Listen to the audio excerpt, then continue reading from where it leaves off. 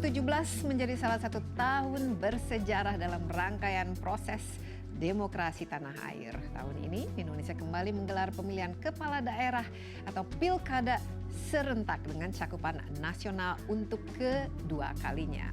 Nah, pilkada serentak yang digelar pada tanggal 15 Februari tahun 2017 ini akan menentukan 101 kepala daerah dan diikuti oleh 333 pasangan calon, baik yang diusung partai politik maupun calon perseorangan. Nah, Insight kali ini membahas proses pelaksanaan pilkada serentak. Berikut ulasan terhadap berbagai permasalahannya dan sejauh mana pengaruhnya dalam proses demokrasi di Indonesia. Bersama saya, Desi Anwar.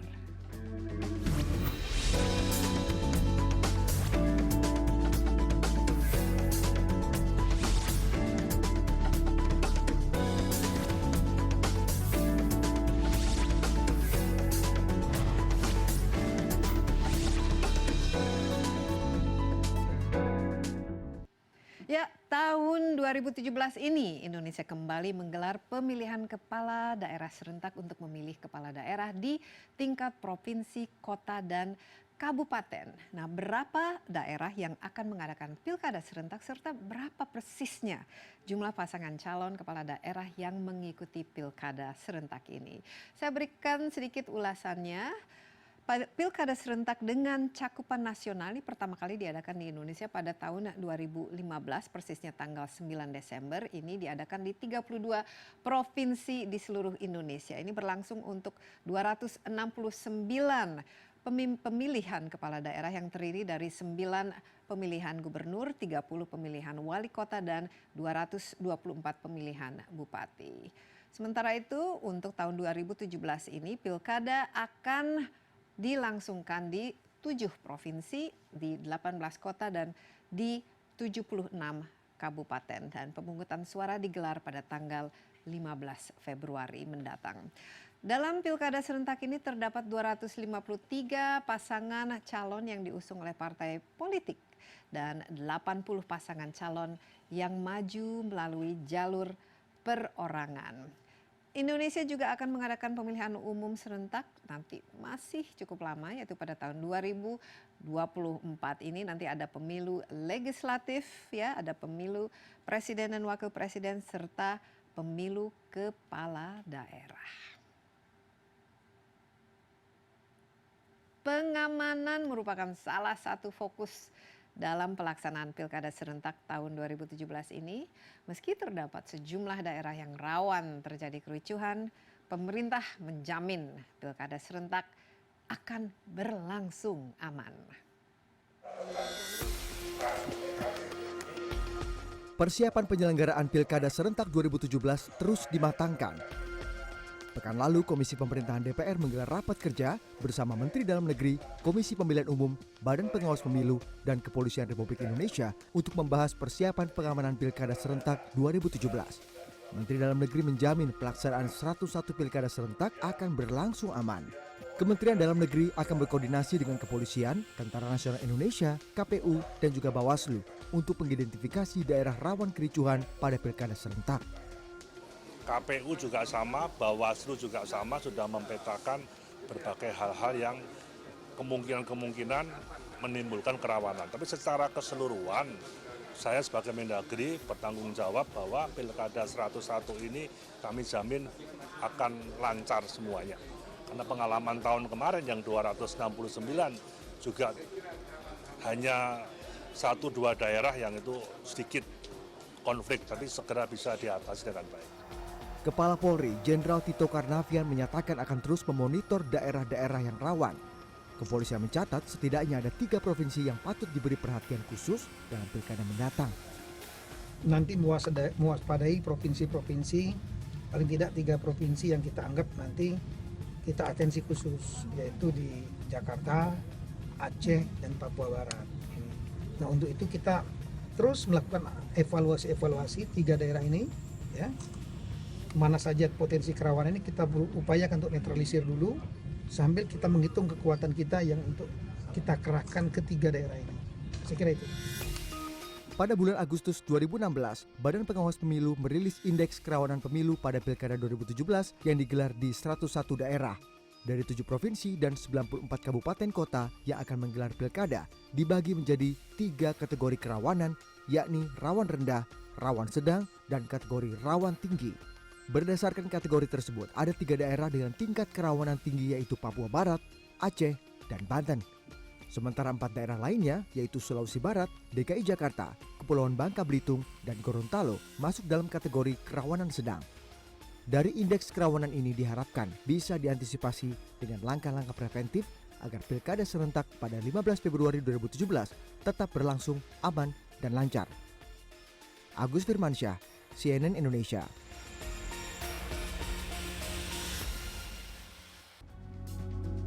Ya, setelah informasi berikut ini kita akan lanjutkan pembahasan mengenai Pilkada Serentak 2017 bersama narasumber yang akan hadir di studio. Tetaplah bersama kami dalam Insight.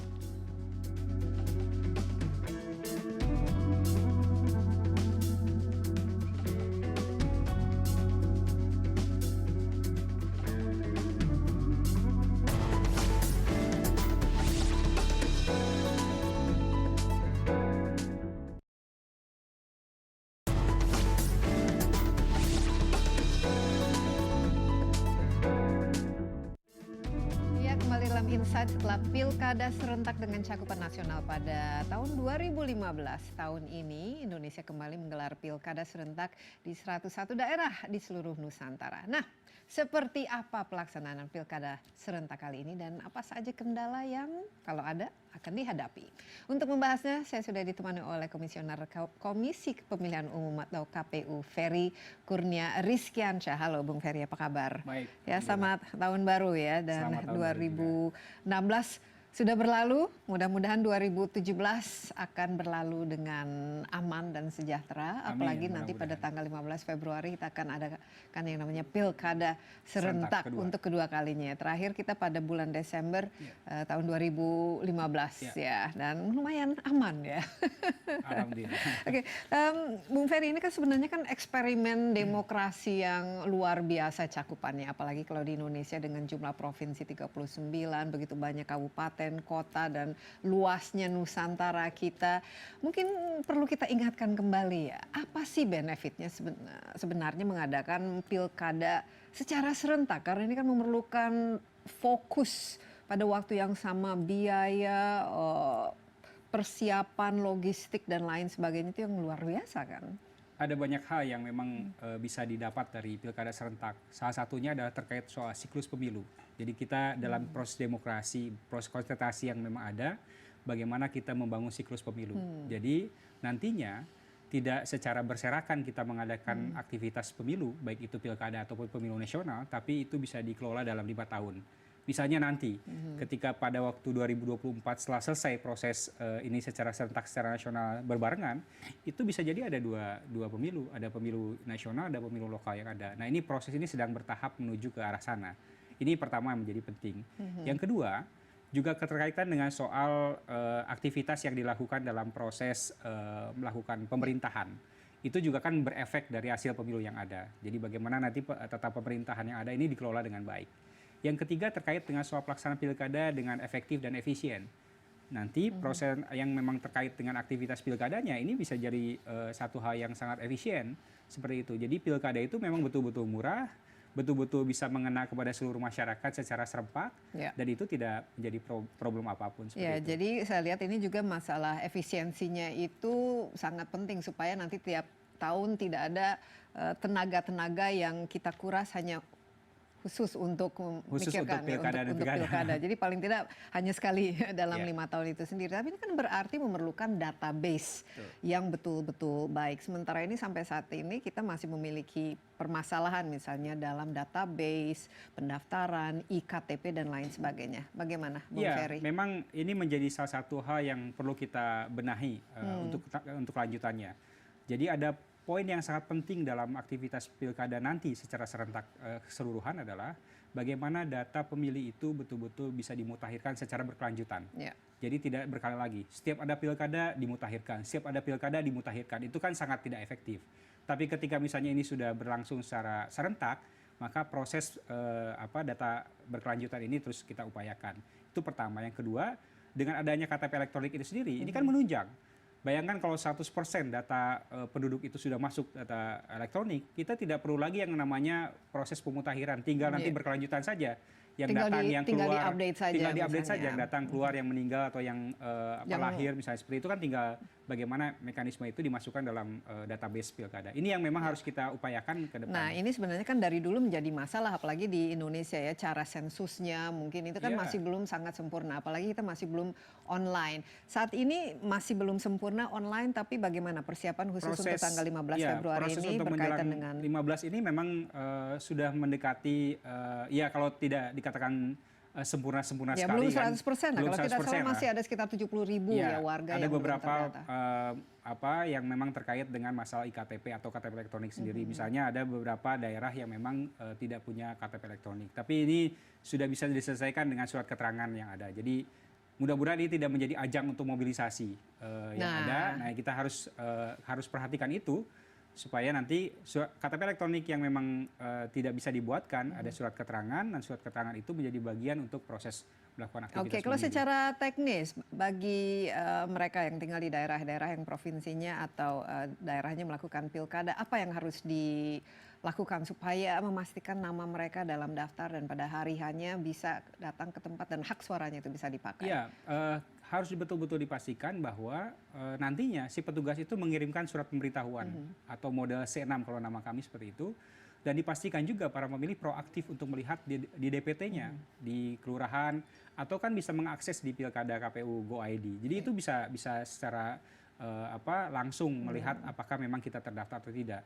Nah, kalau itu sudah bisa dipastikan dan itu sudah masuk di dalamnya, saya pikir itu tidak menjadi tapi problem kan harus yang berarti. dipastikan bahwa tidak tumpang tindih. Ini kan sekarang misalnya di Jakarta ya, ternyata punya KTP di mana, tapi bisa KTP ganda ini. Nah, ini karena belum ada satu sistem iktp ini kira-kira berapa persen yang sebenarnya bisa menjadi masalah lah, dan apakah akan berdampak pada hasilnya nanti? Kalau di presentasi mungkin sangat kecil sekali, dan kita akan antisipasi kalau toh memang ada data pemilih ganda. Jadi itu sudah bisa dipastikan. Apalagi sekarang lokal kan, misalnya jangan sampai misalnya di Jakarta, kalau toh memang ini problemnya ketika itu Jakarta dengan Banten misalnya, ini memang pasti berproblem. Tapi ketika Jakarta dengan Depok, dengan wilayah sana, ini agak bisa diminimalisir.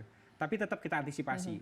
Kita ada namanya sistem informasi data pemilih, itu bisa mengantisipasi aktivitas kegandaan yang memang ada. Jadi itu sudah kita filter supaya pemilih itu betul-betul yang memang punya hak untuk memilih. Nah, apa yang bisa dipelajari untuk tanggal 15 Februari ini dibanding misalnya tanggal 9 Desember tahun 2015? Karena itu kan juga pilkada serentak dan cakupannya provinsinya jauh lebih banyak pada saat itu.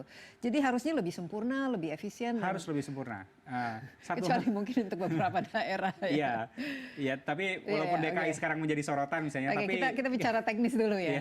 Walaupun DKI menjadi sorotan, tapi yang pasti adalah kita berharap bahwa data-data pemilih yang memang menjadi penting, yang selanjutnya adalah terkait dengan bagaimana aktivitas yang ada di lapangan nanti itu harus betul-betul dikawal. Nah, itu yang kita harapkan supaya nanti tidak terjadi manipulasi. Nah, upaya-upaya untuk memotong mata rantai manipulasi tadi kita sudah siapkan. Apa saja? Ini misalnya karena apalagi KPU harus betul-betul hati-hati. Misalnya kita ada sistem informasi penghitungan suara. Jadi nanti sertifikat penghitungan suara dari TPS itu kita nanti akan bypass langsung ke KPU Kabupaten Kota. KPU Kabupaten Kota melakukan scan, entry data, dan langsung akan muncul di web KPU. Jadi hasilnya apapun, sebelum proses rekap di tingkat PPK, di tingkat KPU Kabupaten Kota, itu sudah selesai diekspos oleh Ini kita lihat KPU. pada pemilu tahun 2014 ya, dengan ini kerja sukarelawan ya, misalnya NGO, karena kalau penghitungan secara manual kan membutuhkan waktu biasanya lama, tapi langsung bisa dikerjakan, langsung di-scan ini nanti, tapi akan diawasi oleh KPU kan. Ini harus kita kerja kita sendiri, officially. Jadi official KPU sendiri.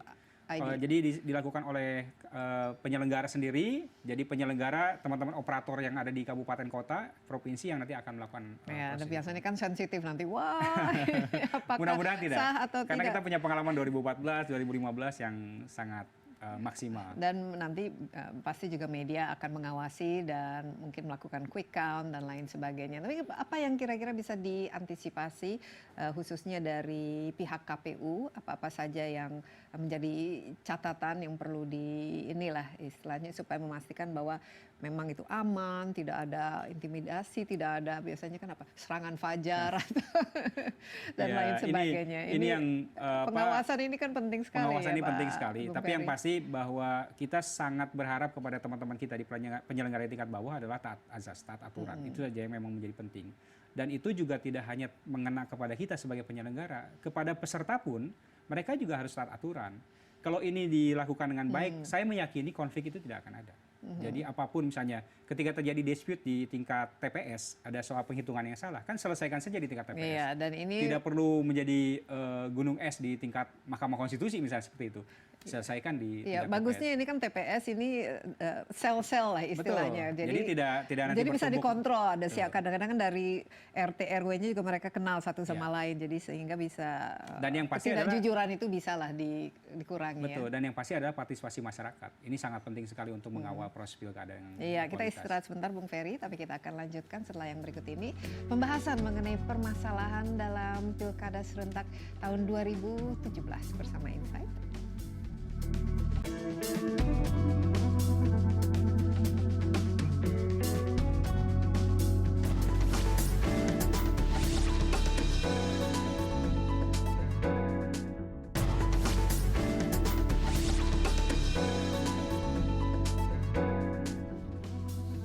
Ya, tetap dalam Insight dan kita lanjutkan pembahasan mengenai Pilkada serentak. Saya ditemani oleh Komisioner KPU Ferry Kurnia Rizkyansyah. Kita membahas mengenai Pilkada serentak ini sangat menarik karena Indonesia kalau kita lihat sebenarnya kita sudah cukup dewasa ya demokrasinya, sudah berani melakukannya dengan serentak dan kita bisa meminimalisir lah paling tidak dari segi kecurangan dan kerusuhan dan lain sebagainya. Itu biasanya kalau kita dulu-dulu dan juga kita lihat misalnya pengalaman di negara yang masih baru berdemokrasi sampai sekarang, itu masalah pemilu pilkada itu sangat rawan macam-macam ya, konflik dan lain sebagainya. Untuk tahun 2017 ini persisnya tanggal 15 Februari, apa-apa saja yang perlu diantisipasi dari segi keamanan, apalagi mungkin masih ada beberapa daerah yang perlu inilah amati segi kerawanannya. Ada beberapa hal yang memang menjadi penting. Yang pertama adalah soal penyelesaian sengketa. Jadi ini juga kita berharap bahwa sebelum tanggal 15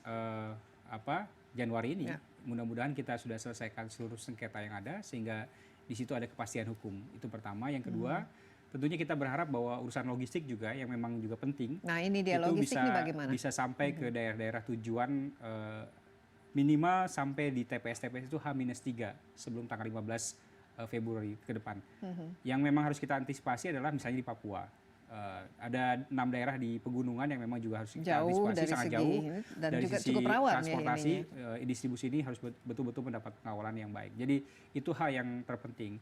Yang selanjutnya adalah soal penyelenggara juga. Jadi kan penyelenggara juga menjadi catatan kan yang juga disoroti banyak pihak bahwa harus netral, berintegritas, harus betul-betul independen. Ini yang betul-betul kita BIMTEK setiap saat. Bagaimana mekanisme yang dijalankan dalam proses pemungutan penghitungan suara sampai nanti penetapan hasil. Iya. Ini yang tentunya menjadi penting untuk kita terus lakukan selain sosialisasi dan hal-hal pendidikan pemilih. Nah, kepada bagusnya masyarakat. dengan adanya sosial media sekarang setiap orang bisa menjadi pengawas ya. Nanti kalau ada kecurangan dan anomali itu bisa cepat pengawasan partisipatif. Tapi KPU sendiri Anda melihat ini bagaimana tantangan terberat karena ya harusnya kan independen. Apakah sudah merasa begitu independen atau masih ada tekanan tertentu, apalagi dari partai politik ataupun sekarang ada misalnya undang-undang yang mungkin usulan dari DPR supaya orang yang kena hukuman itu ternyata bisa ikut dan lain sebagainya. Sejauh mana ini keindependensian? Ya, kalau dalam KPU? kerangka yang memang kami lakukan, independensi atau kemandirian kami adalah ketika dalam membuat keputusan itu tidak diintervensi oleh pihak manapun. Jadi itu memang menjadi bagian dari kemandirian Contohnya kita. apa? Ya misalnya dalam hal membuat keputusan, peraturan KPU keputusan itu kan tidak ada pihak-pihak yang mengintervensi seperti halnya lembaga-lembaga lain. Bahwa ketika soal anggaran ya kita butuh support dari pemerintah, dari DPR terkait dengan bagaimana alokasi anggaran. Tapi dalam konteks penggunaan kita independen.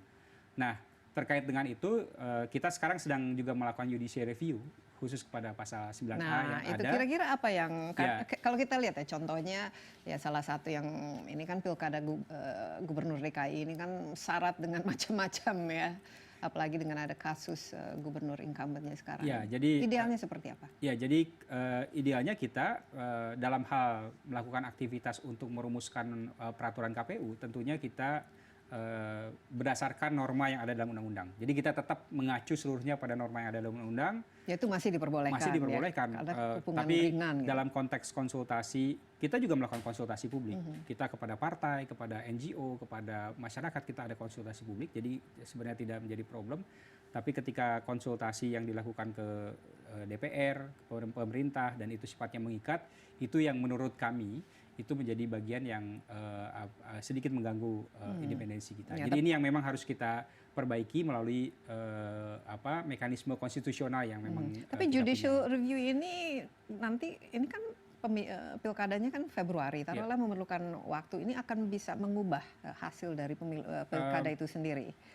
Saya tidak tahu hasilnya seperti apa, tapi Misalnya kita berharap bahwa ketika misalnya nanti ada keputusannya atau putusannya dari Mahkamah Konstitusi, bisa jadi nanti ada bahwa sebenarnya perubahan orang yang dipilih menjadi pimpinan atau pemimpin itu harus bebas dari segala macam cacat hukum. Ya, itu kan sebenarnya idealnya. Itu karena bisa, kita juga sedang di judicial review di Mahkamah Agung oleh kelompok masyarakat sipil. Ya, nah ini nanti kedepannya kan berarti bisa ya.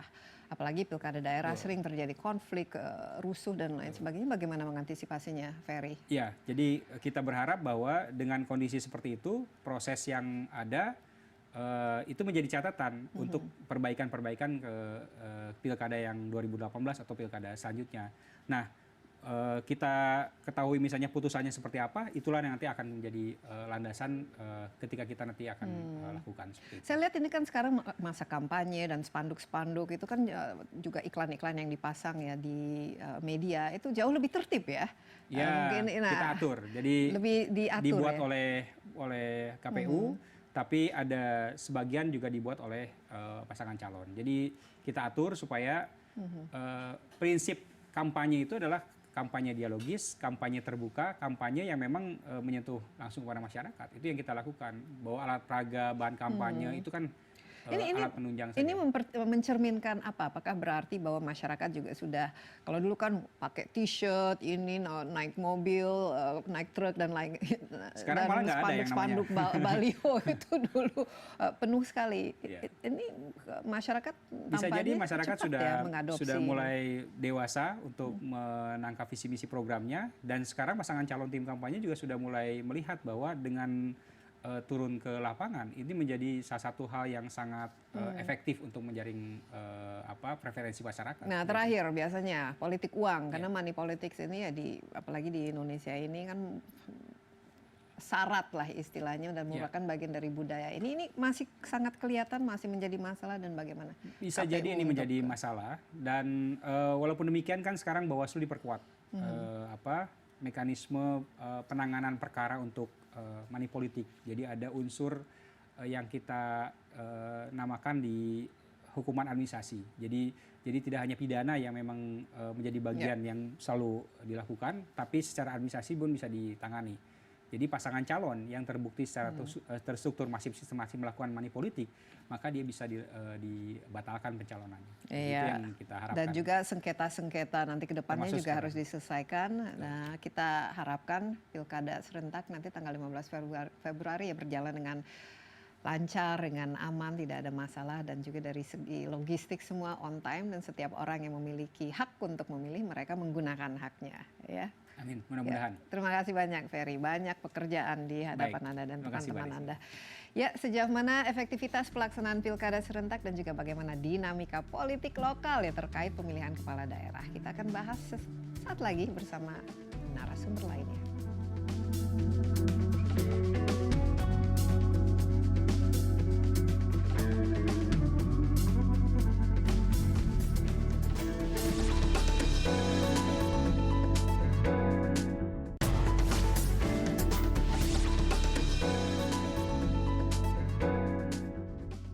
Ya, Ya, kembali dalam Insight kita bicarakan mengenai Pilkada serentak tahun 2017 ini akan diselenggarakan nanti pada tanggal 15 Februari dan dengan cakupan nasional kedua. Yang pertama sudah dilaksanakan pada bulan Desember tahun 2015. Nah, sejumlah masalah masih terjadi pada Pilkada serentak pertama pada tahun 2015 itu. Nah, bagaimana evaluasi pelaksanaannya dan sejauh mana efektivitasnya ya. Kita sudah ditemani oleh peneliti senior dari LIPI, Lembaga Ilmu Pengetahuan Indonesia, bidang politik lokal, Siti Zuhro. Halo Bu Siti, apa kabar? Alhamdulillah cantik baik. sekali, selamat tahun baru. Ya, selamat tahun New baru, Mbak Year, Desi. New You, New Us. Iya, damai. Dan damai, mudah-mudahan damai. Nah, kalau kita bicara mengenai Pilkada serentak ya, ini untuk kedua kalinya. Kita sudah pada tahun 2015, tapi nanti diharapkan pada tahun 2024 ya itu semuanya nanti full serentak. Ini kan bagian kedua ya untuk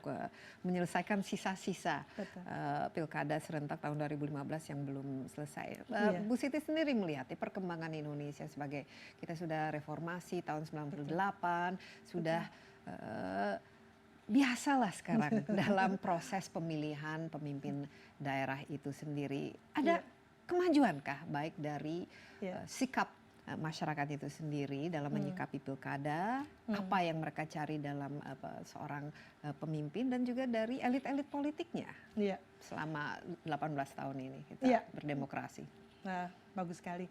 Jadi memang kalau dari segi rentang waktu cukup panjang. Tahun 98 ya kita bersepakat untuk menjalankan sistem demokrasi. Dan setelah sistem demokrasi disepakati, lalu kita mendapatkan pemilu pertama kali tahun 99, nasional. Dan setelah pemilu nasional berkembang juga adalah kebijakan desentralisasi dan otonomi daerah. Seiring sejalan dengan desentralisasi dan otonomi daerah, lalu ada pilkada langsung. Nah, ini artinya ada korelasi antara gitu ya, kaitan yang sangat erat antara praktek otonomi daerah dengan pilkada langsung ini.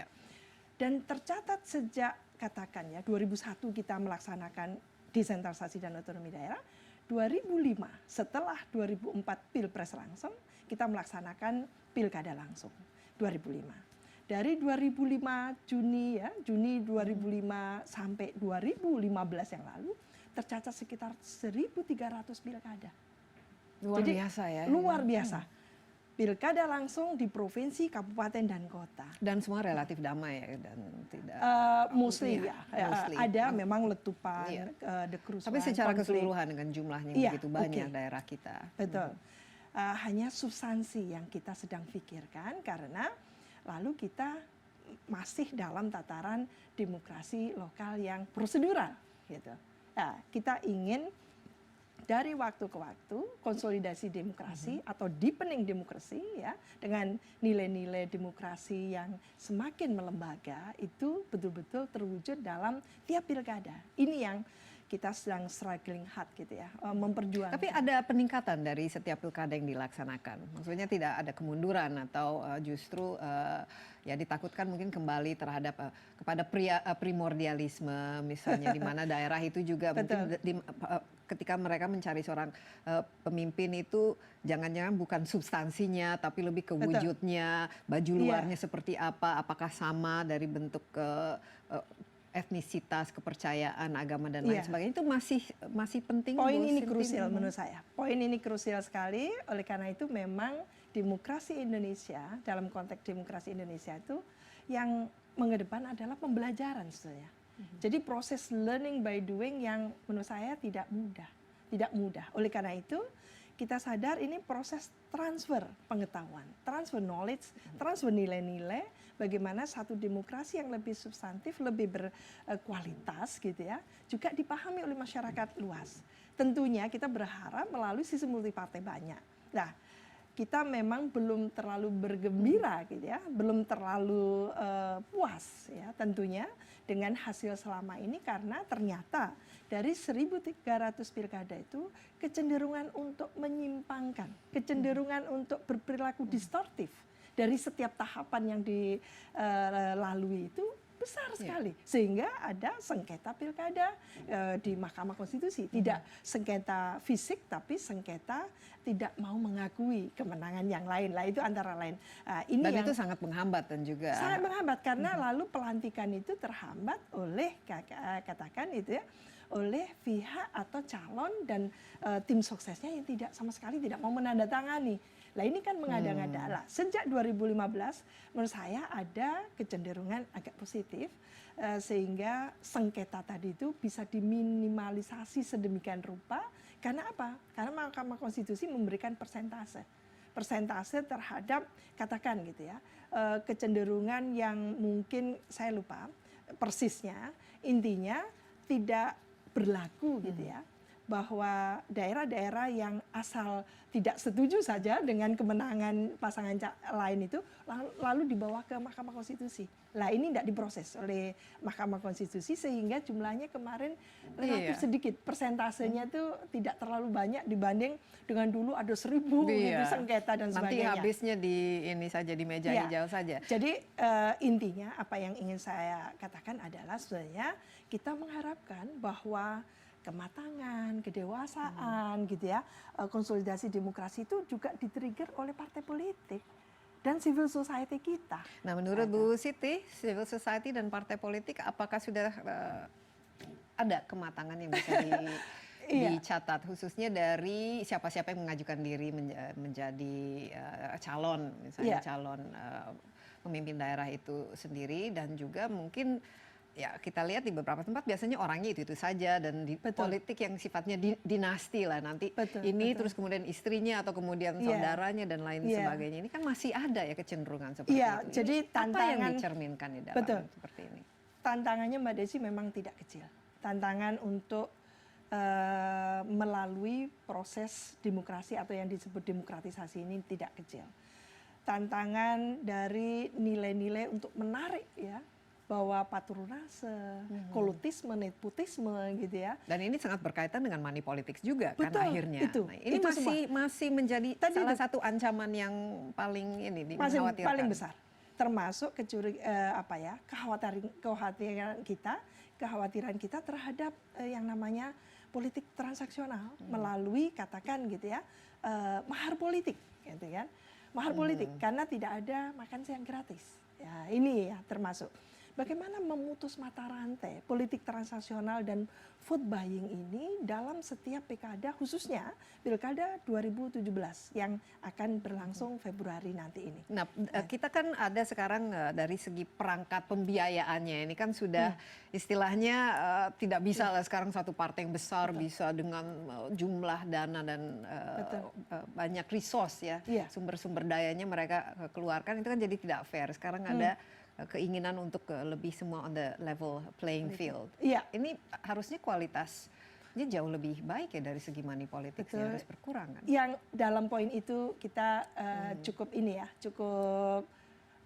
senang karena sekarang tidak ada lagi yang namanya reklame itu didominasi oleh satu pasangan atau pasangan tertentu. Sekarang itu equal. Jadi ada equality before the law gitu ya. Dan juga tidak terlalu menyakitkan mata ya. Biasanya kalau menjelang pilkada itu spanduk, baliho. Dan baliho. Lah ini yang berkurang, dan menurut saya sejak pilkada serentak 2015 itu cukup bagus. Menurut saya secara kualitas ya memang agak senyap.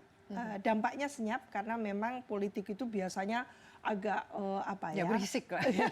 Apalagi kalau ada ini konvoi-konvoi gitu. Di jalan. Riuh dan melibatkan dukungan-dukungan dan sebagainya itu. Ini yang sudah relatif bisa agak diputus sedikit gitu ya. Baik, kita istirahat sebentar ya Bu Siti, dan setelah yang berikut ini kita akan lanjutkan ya pembahasan kita mengenai pelaksanaan pilkada serentak bersama Insight.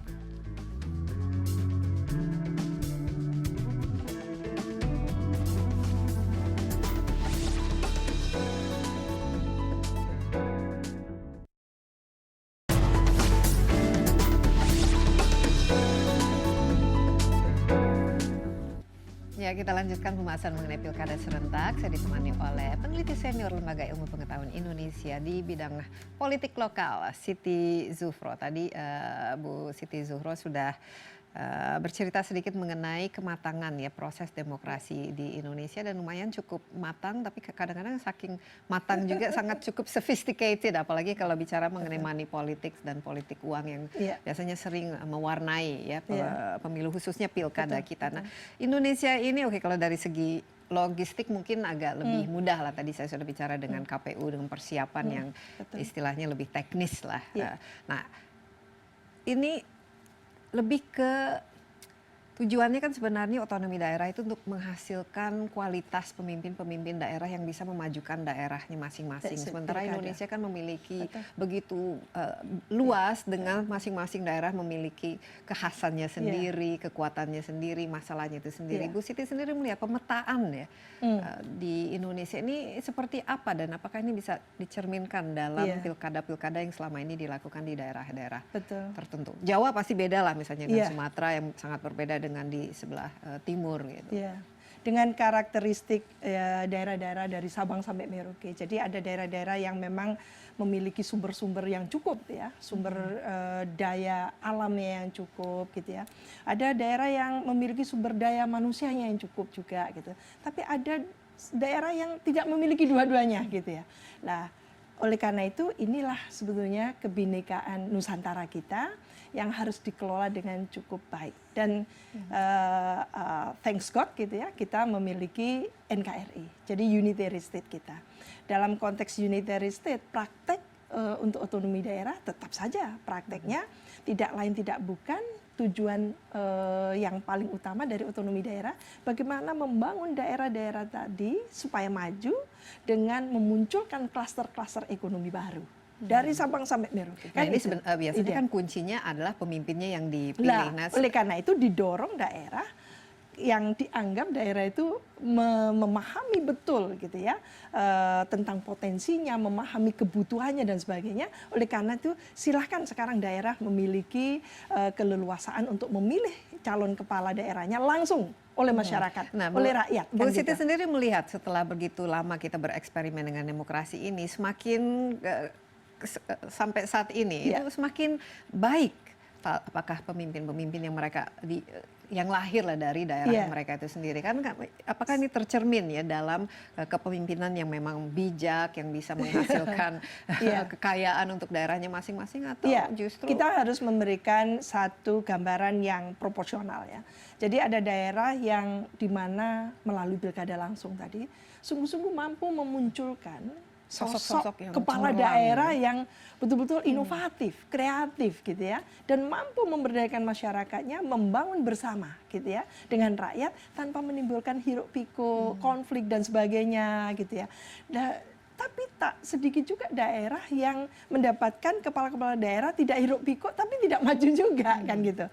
Nah, ini ada sebagian seperti itu. Ada juga yang daerah-daerah betul-betul dipimpin oleh kepala daerah yang ternyata juga kontroversial, seperti itu. Jadi variatif, tidak homogen gitu ya, hasilnya variatif tadi yang nanti itu. akhirnya berurusan dengan KPK justru, atau ya itu tadi politik dinasti itu sendiri. Jadi yang kurang di kita dalam praktek demokrasi lokal ini adalah bagaimana setiap pilkada diberikan landasan yang cukup kokoh dalam hal law enforcement itu sebetulnya. Jadi ada kepastian hukum, ada keterikatan hukum baik oleh dari masyarakat maupun para elit aktornya terhadap apa yang harus ditaati oleh mereka. Ini yang belum. Sehingga politik transnasional masih bisa jalan, diam-diam seperti itu. Ya, lalu via Bawaslu sulit untuk membuktikan bahwa ada, tapi diciumnya ada kan gitu dan sebagainya itu. Dan masih ada bohir politik, ada investor pilkada dan sebagainya. Ini yang mengganggu kualitas demokrasi kita. Dan lalu membuat sejumlah kepala daerah dicokok oleh KPK dan berurusan dengan hukum itu sekitar 370-an Mbak Desi. Ini bukan jumlah yang ringan. Bahkan ditambah yang kemarin dari Klaten itu sehingga jumlahnya bertambah. Karena kadang-kadang juga demokrasi menghasilkan korupsinya juga lebih banyak gitu. Demokrasi dalam korupsinya itu sendiri, karena ya inilah masalah kekuasaan ya. Ini biasanya orang menjadi pemimpin karena ingin berkuasa ketimbang misalnya ingin mengabdi kepada masyarakatnya. Dari segi masyarakatnya itu sendiri, bagaimana? Apakah sudah ada kematangan dalam misalnya lebih tertarik dalam program dan substansi dan action gitu? Atau kita harus mengatakan, karena kita lihat misalnya contohnya Jakarta ini, dan Jakarta DKI kan memang agak unik ya. Apa yang kita bisa pelajari dari? Jadi tidak semua daerah memiliki SDM atau penduduk ya, masyarakat lokal yang betul-betul in touch gitu ya, well informed gitu, dan memiliki semacam apa ya, partisipasi yang genuine gitu. Jakarta tentu gitu ya, karena ibu kota negara, lalu ini masyarakat yang relatif educated gitu ya, lalu keterlibatan masyarakat itu tidak hanya dalam pilkada ataupun pemilu saja, tapi juga ikut bagaimana mereka mengawal gitu ya proses pembuatan kebijakan publik itu, sampai pembuatan kebijakan publik pun disoroti dengan tajam. Nah, ini jauh lebih untuk kritis untuk daerah-daerah tertentu, Jakarta, Surabaya, gitu kan, mungkin daerah lainnya yang Bandung dan sebagainya itu relatif ya menurut saya masyarakatnya speak out gitu. Dan media sosial sangat membantu ya dalam hal ini. Akses terhadap media elektronik, media cetak dan medsos bahkan. Tapi luas isu SARA itu kan masih ya masih ada lah, masih sangat kelihatan. Apakah ini betul-betul murni memang isu SARA atau memang ini lebih ke peluang politik saja untuk menggunakannya supaya bisa memenangi pertarungan? Atau memang ada keinginan seperti itu dari masyarakatnya? Ada catatan penting mengenai isu SARA menurut saya. Ini serius sekali, karena bukan sekali dua kali, tapi kalau menurut saya isu suku itu sudah cair. Dan agama pun nyaris cair sebetulnya. Jadi sekarang bagaimana seorang yang sedang in charge sebagai pejabat publik tadi itu membawakan dirinya, merefleksikan tutur kata perilaku kebijakannya itu sungguh-sungguh konsisten. Itu sebenarnya. Masyarakat itu relatif sangat menerima gitu ya. Seorang pemimpin yang proper, yang sudah melakukan tupoksinya, tugas pokok fungsinya sesuai dengan ya memang porsinya sebagai kepala daerah. Nah, di kita memang kita harus mengatakan mengapa kita harus mengulik-ulik masalah agama. Toh itu bukan domain kita. Kepala daerah memang harus fokus kepada sana. Karena bagaimanapun juga kepala daerah itu tidak hanya penguasa, dia adalah role model yang memberikan teladan pada masyarakat. Ya ini yang menjadikan isu SARA muncul kembali. Bukan masyarakat yang memulai, tapi dimulai oleh pejabat itu sendiri. Nah, ini kita sayangkan, dan yang akan datang. Dan ini harus terus-menerus diingatkan ya, tidak boleh misalnya menggunakan isu SARA dalam melakukan kampanye. Persis. Tapi ini masih terjadi ya. Masih terjadi, terlanjur terjadi. Untuk kasus di Jakarta terlanjur terjadi karena petahana tidak fokus pada bagaimana dia menjual apa yang dia sudah lakukan.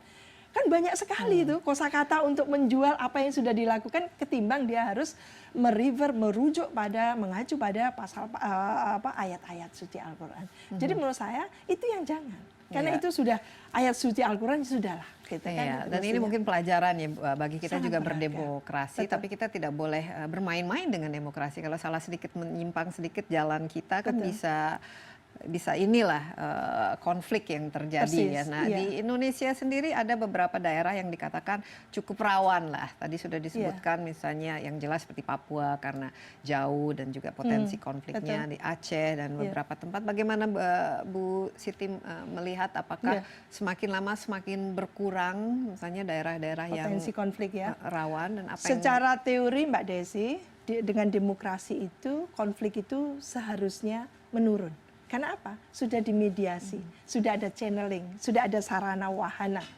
Semua masyarakat bisa memilih kepada partai mana dia akan memilih, kan gitu. Aspirasinya diberikan. Kepada masyarakat juga kalau tidak puas dengan partai melalui persorangan. Jadi sebenarnya sudah diberikan wadah-wadah itu.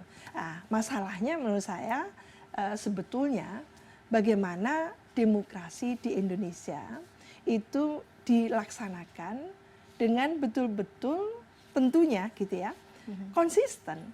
Dan komitmen konsistensi itu tadi itu menurut saya belum dipertontonkan secara luas oleh para pejabat-pejabat publik itu sayangnya, baik dan itu harus di diingatkan legislatif ya, mungkin harus maupun diingatkan terus di menerus. eksekutif. Nah di Iya. sini peran KPU kan tentu sangat penting menurut Bu Siti. Bagaimana, apakah KPU sudah cukup independen atau masih sering ada pengaruh sana sini, tekanan sana sini, dan masih apa yang perlu dibenahi?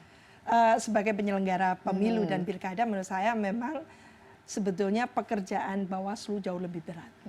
Karena penyimpangan di Indonesia dari pemilu 2014 ke pemilu 2015 kemarin menunjukkan bahwa relatif penyimpangan itu masih ada di sana, kan gitu. Berarti memang ini harusnya domain dari Bawaslu, Panwaslu daerah sampai kabupaten kota itu melakukan secara serius sekarang. Nah, yang lalu kita sudah mendengarkan satu evaluasi kajian serius dari Bawaslu tahun 2016 menjelang Agustus itu. Laporan mengenai daerah-daerah yang rawan tadi itu. Jakarta termasuk daerah yang sedang, jadi nyaris tidak rawan jauh sebelum itu gitu ya. Tapi di luar dugaan ternyata sangat rawan sekarang, gitu kan itu.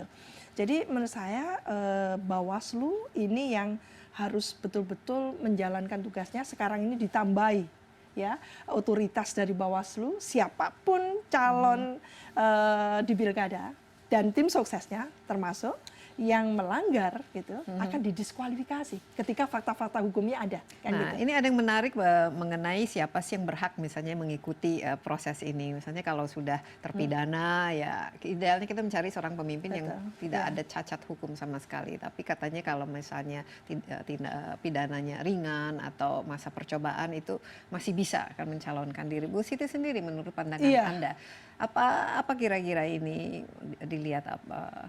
Ini karena mengada-ngada untuk berkompromi atau idealnya seharusnya seperti apa sih? Mbak Desi betul ya, menurut saya ini sangat serius ya. Undang-undang direvisi berkali-kali tapi kualitasnya tidak ditingkatkan. Undang-undang ini memberikan payung hukum, bahkan memberikan karpet merah seolah-olah pada terpidana, pada napi, calon napi dan sebagainya. Mestinya demokrasi jangan distigmatisasi melalui pencalonan seorang calon yang berurusan dengan hukum gitu ya. Dan tentunya dengan demokrasi yang sudah seharusnya meningkat kualitasnya, kedewasaan dan sebagainya, menurut saya ada nilai-nilai budaya baru dari demokrasi kita. Budaya politik baru itu ya adalah rasa malu, rasa ya sudah kalau saya tidak mampu mengelola itu, saya malu dan saya mundur. Dan seharusnya seperti itu. Dan harusnya kan kita mencari the best of the best ya. Dan setiap daerah kan pasti banyak memiliki calon-calon yang hebat. Sekarang ini menurut Bu Siti, apakah dari para calon-calon ini termasuk yang dicalonkan oleh partai maupun yang independen memang sudah yang terbaik atau belum lah, mungkin kan banyak alasan ya orang ingin menjadi seorang pemimpin daerah, mungkin ya ini kesempatan untuk berkuasa, untuk meningkatkan pengaruh, kesejahteraan dan lain sebagainya. Tapi ada juga yang memang, tapi ada beberapa yang memang ingin melakukan transformasi terhadap daerahnya. Itu kan idealnya seperti itu. Iya, jadi kita tidak boleh berprasangka buruk juga terhadap sejumlah daerah yang memang sungguh-sungguh gitu ya, partainya itu ingin mengusung gitu ya, mempromosikan calon-calon kader-kadernya yang bagus gitu, sehingga kontestasi kompetisinya itu betul-betul the best of the best. Iya itu. Jadi kita tidak menutup mata terhadap itu. Kasus Jakarta saja, satu contoh. Semua cagupnya itu bukan kader. Apa ini? Message apa yang disampaikan oleh contoh pilkada di DKI Jakarta? Jadi bukan kader, tapi tidak nyalon perseorangan juga kan gitu. Jadi ini menunjukkan bahwa lebih ke proses kaderisasi juga ya, personality penting ya dalam hal ini. Betul. Jadi proses kaderisasi yang belum jalan lancar menurut saya. Sehingga promosi tadi itu lebih kepada like and dislike. Jadi bukan kontestasi di internal partai yang betul-betul mengerucut kepada satu calon, akhirnya kan seperti itu. Jadi untuk kita melihat calon yang the best of the best tadi itu, kita berharapnya seperti itu. Iya, dan harusnya sama kan, masyarakat punya sosok yang ideal dan harusnya partai juga ya bisa memberikan sosok yang ideal itu, tapi dalam wadah partai ya. Kalau tidak kan nanti semua independen saja, jadi sementara partainya akhirnya mereka tidak bisa melakukan kaderisasi itu sendiri ya. Betul. Jadi kalau kita bingkai dalam satu gambaran yang lebih clear, jelas itu menunjukkan bahwasanya masyarakat itu meminta gitu ya, menuntut juga, mengusulkan juga calon yang seperti apa dengan kriteria dan tanpa menyebut nama, tapi kadang-kadang menyebut nama juga. Lah, silakan partai politik juga memilih calon-calonnya sehingga terjadi nanti itu equilibrium di situ, di tengah itu. Lah, apakah 3 pasangan calon tadi itu adalah, katakan itu adalah bottom up dan top down yang ketemu gitu, sehingga muncullah 3 pasangan calon, ya menurut saya itulah jawaban sementara yang harus kita puas di situ kan gitu. Baik Bu Siti, tapi seharusnya penyelenggaraan pilkada serentak ini bisa memperbaiki kualitas dari demokrasi kita, baik dari segi substansi maupun pelaksanaannya, atau justru membuat headache karena ini pekerjaan yang luar biasa rumit dan sangat susah ya untuk diterapkan. Message penting ya, pesan penting dari Pilkada Serentak 2017 adalah bahwa di Pilkada 2018 serentak nanti gitu ya, yang juga akan diikuti oleh ratusan daerah-daerah, bahwa partai politik tidak boleh gitu ya memanggang sedemikian lama gitu ya siapa yang akan dicalonkan.